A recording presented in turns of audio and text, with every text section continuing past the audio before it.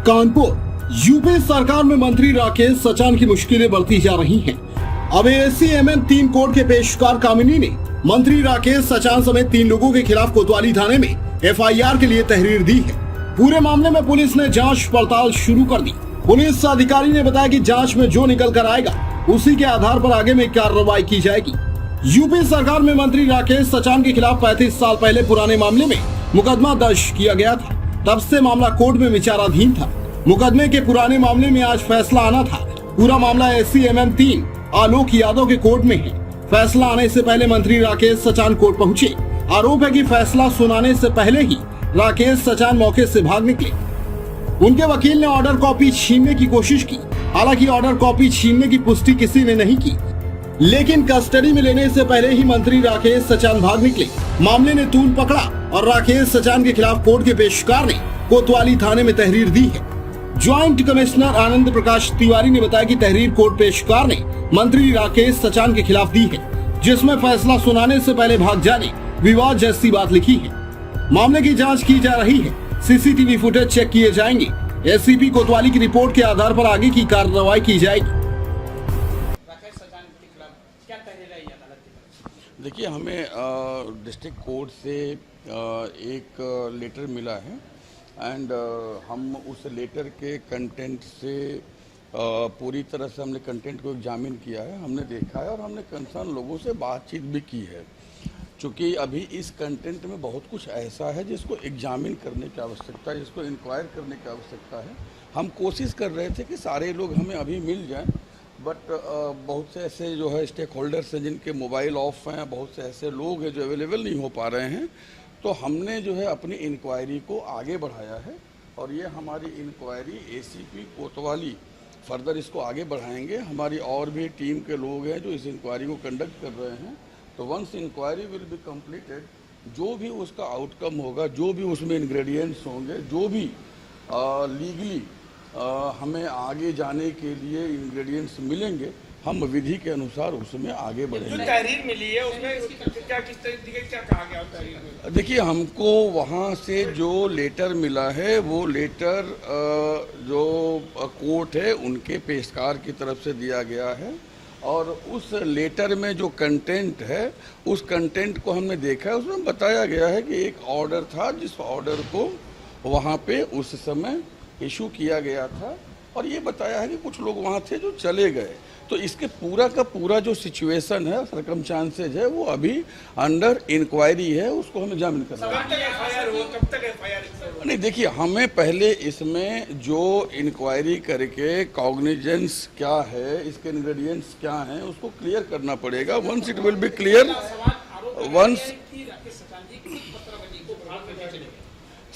जो कुछ भी है वो हमारे पास है, वो पब्लिक रिकॉर्ड है, उसका एग्जामिनेशन कंडक्ट किया जा रहा है।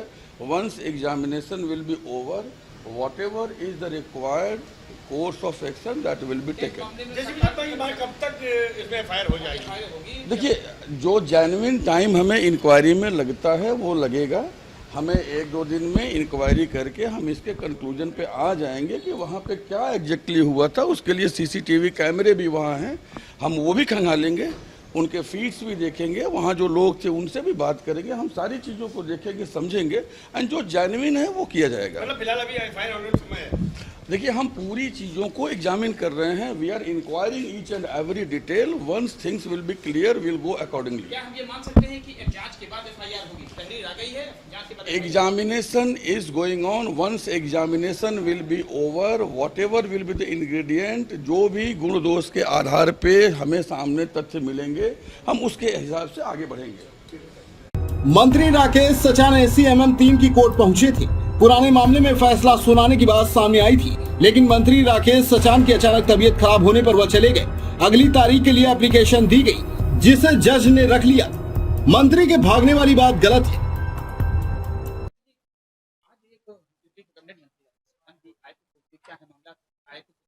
एक दफा 25 का मामला उनका चल रहा है।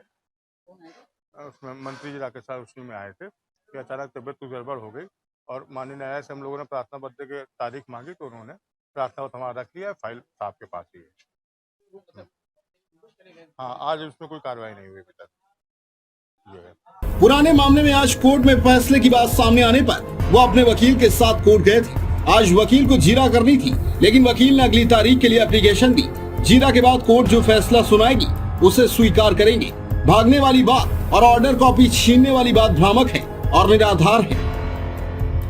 आदेश की अवहेलना की है, कोई आदेश तक कोई आदेश नहीं। 90-91 के कुछ वाद हमारे लंबित हैं, जिनमें कुछ जिरे वगैरह होनी है। जिरे की तारीख वारीख कुछ लेकर के और आगे तिथि देने की बात उन्होंने की है, और कहीं कोई किसी तरह की भ्रामक बातें हैं जो भी चल रही हैं। और विद्यार्थी जीवन के हम लोगों के ऊपर उस समय संघर्ष के दौरान जो केस लगाए गए थे 90 से के दशक में, जब हम लोग विद्यार्थी राजनीति करते थे, वही कुछ मामले अदालत में लंबित हैं और उन्हीं पर उनकी तारीखें भी चलती हैं।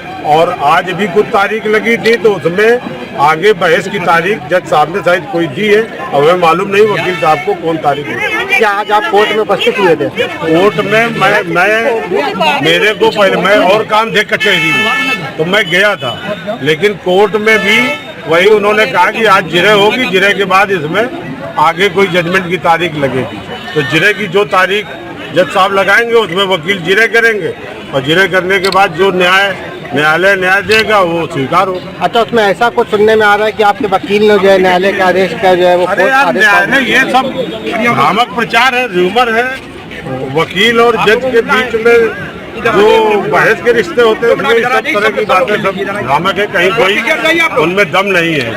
आगे जो भी जज निर्णय करेंगे, जज आदेश करेंगे, उसका सम्मान होगा। देश प्रदेश की हर छोटी बड़ी खबर के लिए सब्सक्राइब करें हमारा चैनल RTI News 24 और बेल आइकन दबाना ना भूलें, जिससे हर खबर आप तक पहुंचा सके हम सबसे पहले।